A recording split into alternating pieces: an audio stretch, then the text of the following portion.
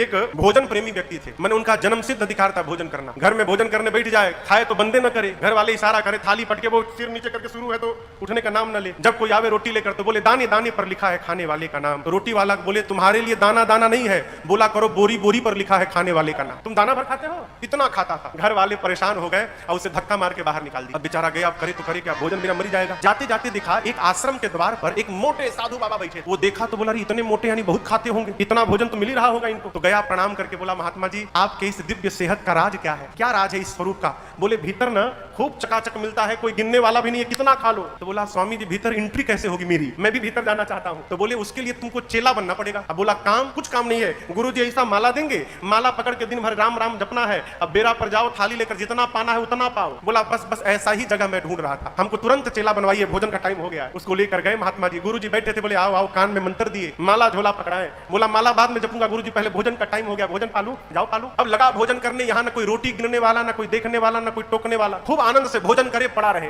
लेकिन खुशी अधिक दिनों तक नहीं गई माई बाप। एक दिन सवेरे जलपान के समय गया तो जाकर देखा कि भंडारे में कुछ बना ही नहीं है। तो पूछा भाई आज टाइम हो गया जलपान का। बोला आज एकादशी है, कुछ बनेगा नहीं आज। क्या बोल रहे हैं, सत्य में कल मिलेगा। गया गुरु जी के पास, कहा गुरु जी कह रहे एकादशी है। हाँ बेटा आज एकादशी है, भोजन गुरु जी कल द्वादशी को। बोला गुरु जी एकादशी रह जाऊंगा तो द्वादशी देखने लायक बचूंगा नहीं, मैं भोजन के लिए साधु बना हूं गुरु जी, भोजन नहीं मिलेगा मैं मर जाऊंगा गुरु जी, मुझे भोजन करना है। गुरु जी बोले देखो ये तो मानेगा नहीं, मना कर दूंगा तो चोरी छिपे खा लेगा। बोले अच्छा एक काम करो, यहाँ तो बनेगा नहीं, तुम राशन ले लो और राशन लेके जाओ नदी के किनारे बना के खा लेना तुम, लेकिन ठाकुर जी को पहले भोग लगा देना फिर खाना। एक दूसरे चेले को गुरु जी बोले देखो बहुत ज्यादा खाता है ये, तो 2 आदमी का भोजन देना, इस राशन दे देना, अपना बनाएगा। गया नदी के किनारे भोजन बनाया। अब बनाने के बाद गुरु जी की बात याद आई कि भगवान को भोग लगाना। सामने रखा, कहा राम जी भोग लगा लीजिए फिर मैं पाऊंगा। घंटों रटता रहा, भगवान आई नहीं, बार बार कहता है। अब वो घंटों कहता रहा राम आइए प्रभु राम आइए, भोजन का भोग लगाइए, भगवान आई नहीं। अंत में आ गया, उसे क्रोध, बोला आखिरी बार बोलता हूँ आना है कि नहीं आना है? अब मैं बोलूंगा नहीं, और आप इस चक्कर में है कि आश्रम में पालूंगा, वहां के डर के मारे मैं इधर आया हूँ। वहां के भरोसे बैठोगे तो ठन ठन गोपाल हो जाओगे, वहां बना ही नहीं है यार, इसलिए पाना है तो सीधे आके भोग लगाओ, नहीं तो मैं शुरू कर दूंगा। अब जब ऐसे बोला भगत तो आपको बताऊं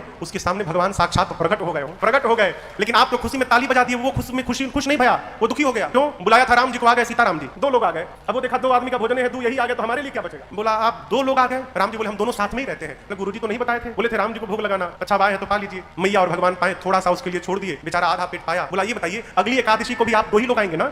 अभी बेचारा कंफर्म कर लिया अगली एकादशी का। राम जी बोले हाँ बस 2 लोग, और कौन है? गया, अगली एकादशी आई तो गुरु जी से कहा गुरु जी आप कहते राम जी का भोग लगाना, सीताराम जी दोनों आए थे, मैं आधी पेट खाया गुरु जी, अब की बार 3 लोगों का राशन दीजिएगा। गुरु जी सोचे लगता है भूखा रह गया होगा, बहुत खाता है ना। बोले अच्छा ठीक है चलो इसको 3 लोगों का राशन दिया जाए। गया, बनाया, बनाकर फिर बुलाने लगा। जैसे बोला प्रभु सामने आइए मेरे राम आइए, मैया साथ लाइए। प्रकट हो गए कौन? राम जी, सीता जी और लक्ष्मण जी। अब की बार लक्ष्मण जी भी चले आए। अब लक्ष्मण जी को देखते आग बबूला हो गया, बोला ये कौन है?